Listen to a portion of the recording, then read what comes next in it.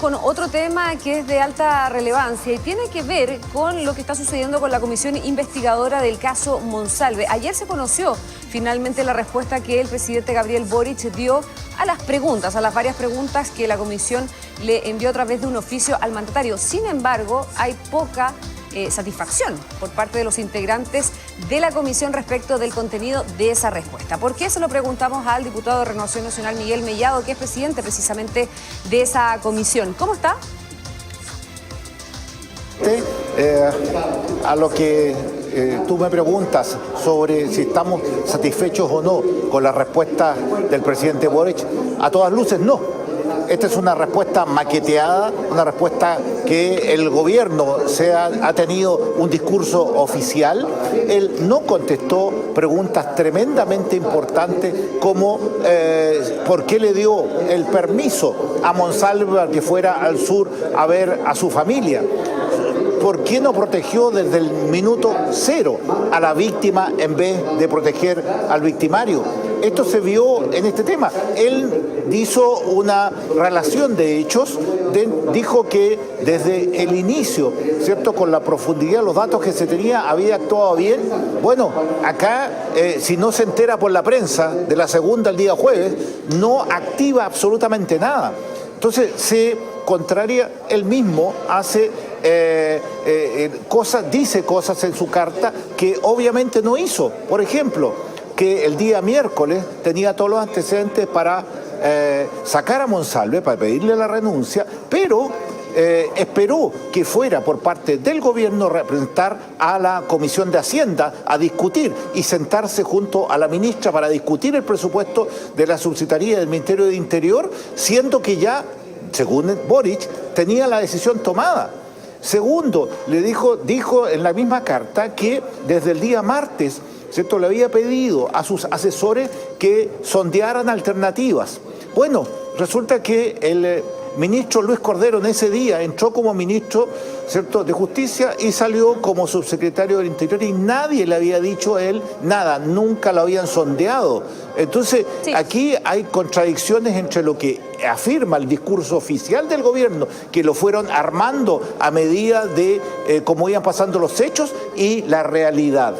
Diputado, aquí lo que más han cuestionado quienes encabezan y quienes están integrando esta comisión investigadora es que el presidente no respondió a las preguntas, sino que hizo una relación de hechos de lo que sucedió durante los primeros días del caso Monsalve. No respondió ni una pregunta, entiendo que son 2 carillas y media, ¿no?, la del documento que se le envió a la comisión.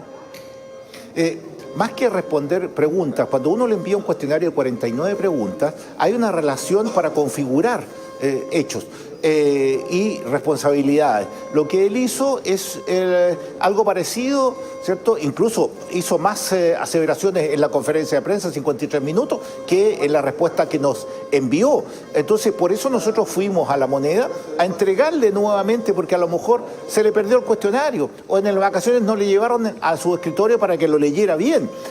Y le hicieron los asesores esta minuta, ¿cierto?, de respuesta a la comisión. Nosotros no estamos conformes y esperamos que el presidente entienda. Él fue diputado, ¿cierto?, y entienda, ¿cierto?, que las comisiones investigadoras son para saber lo que sucedió en esos hechos. No solo en ese del momento en que hizo la denuncia, porque era tan grave ver del día cero y proteger a la víctima, porque ella se atrevió a hacer la denuncia en fiscalía y no a sus jefes directos o en el ministerio, fue a la fiscalía. Y eso, diputado, es tremendamente potente. Ustedes llevan este nuevo cuestionario a La Moneda, pero desde La Moneda, la vocera subrogante, Aysén Echeverría, ha descartado que el presidente vuelva a contestar o mandar un documento a la comisión investigadora.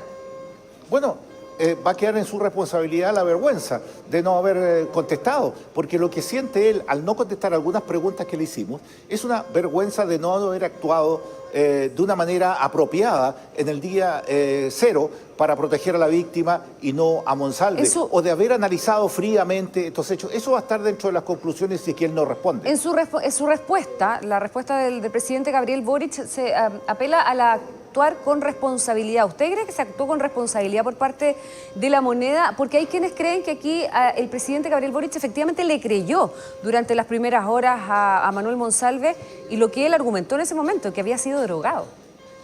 Es que no actuó con responsabilidad, primero a hacer el análisis en caliente y no en frío, o sea, hicieron un análisis para acompañar a Monsalve y no un análisis frío del caso. En segundo lugar, no acompañaron a la víctima. En tercer lugar, ¿por qué razón? Porque hay protocolos que supuestamente dijeron que estaban vigentes, pero no fueron colocados en valor, como la ley Karim, de separar de inmediato para no revictimizar a la víctima en ese momento. O sea, no haber pesado de que con la fuerza que ella denunció en la Fiscalía es un tema más grave todavía de lo que había sido. Por lo tanto, no actuaron con responsabilidad como correspondía. Es más, había que separar de inmediato, ¿cierto?, esa noche. Tercero, tampoco actuaron con responsabilidad porque se encapsuló en, como dijo la ministra del Interior, actuaron mal, tarde e improvisadamente, y fueron 3 hombres sin un gobierno feminista, sin perspectiva de género, tomaron una decisión y no colocaron a ninguna mujer para que pensara de una manera distinta a través de la víctima. Entonces, como usted dice, le creyeron a Monsalve y eso es un error profundo, no actuar con responsabilidad. Oiga, diputado Mellado, pero ya, el gobierno dice que actuó con responsabilidad. Para ustedes hay cosas que se contradicen en esa versión. ¿Qué busca la comisión investigadora? Acreditar, responsabilidades políticas. Ese es el rol finalmente de una comisión investigadora. ¿Quién es el responsable, de acuerdo a lo que ustedes han logrado determinar hasta el momento? ¿Quién es el responsable político del caso Monsalve? El propio Monsalve, primero. O sea, Monsalve el que cometió el delito, ¿cierto? Y cometió también salir con una subalterna y también presionarla, ¿cierto? Porque le hizo lo que hicieron antes, presionarla para que no denunciara. Desde la segunda licencia, tú viste, porque es todo profusamente claro, de que trataron de presionar de que ella no denunciara, tanto con la periodista que fue a su casa a hacerse la amiga y después a decirle que no anduviera en la calle porque si no lo iban a atropellar, eso es un tema de matonaje, después enviar a la PDI con el famoso delivery, es para que ella no denunciara. Hay una presión y por eso fue la tutela laboral también de ella.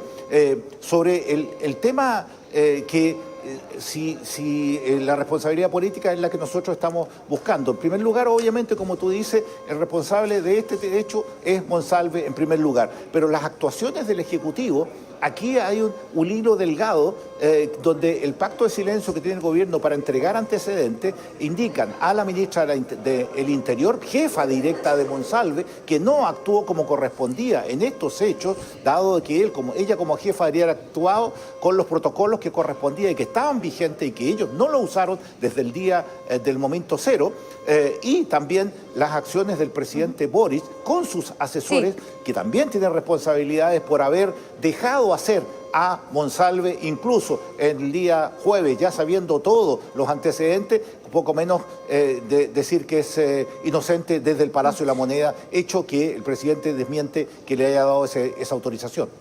Diputado Mellado, nos quedan 2 minutos de entrevista y no podemos dejar de preguntarle por la polémica que también se instala en el Parlamento sobre el no pago de la cuenta del TAG, que afecta a varios parlamentarios y que ha significado, bueno, que algunos reconozcan esa deuda, la salden, pero otros definitivamente y lícitamente han dicho, bueno, que no la van a pagar, o al menos eso han revelado. ¿Qué le parece a usted? ¿Cómo afecta la imagen de la Cámara de Diputados el que más de 10 parlamentarios, ya no me acuerdo bien la cifra, no tengan sus cuentas al día?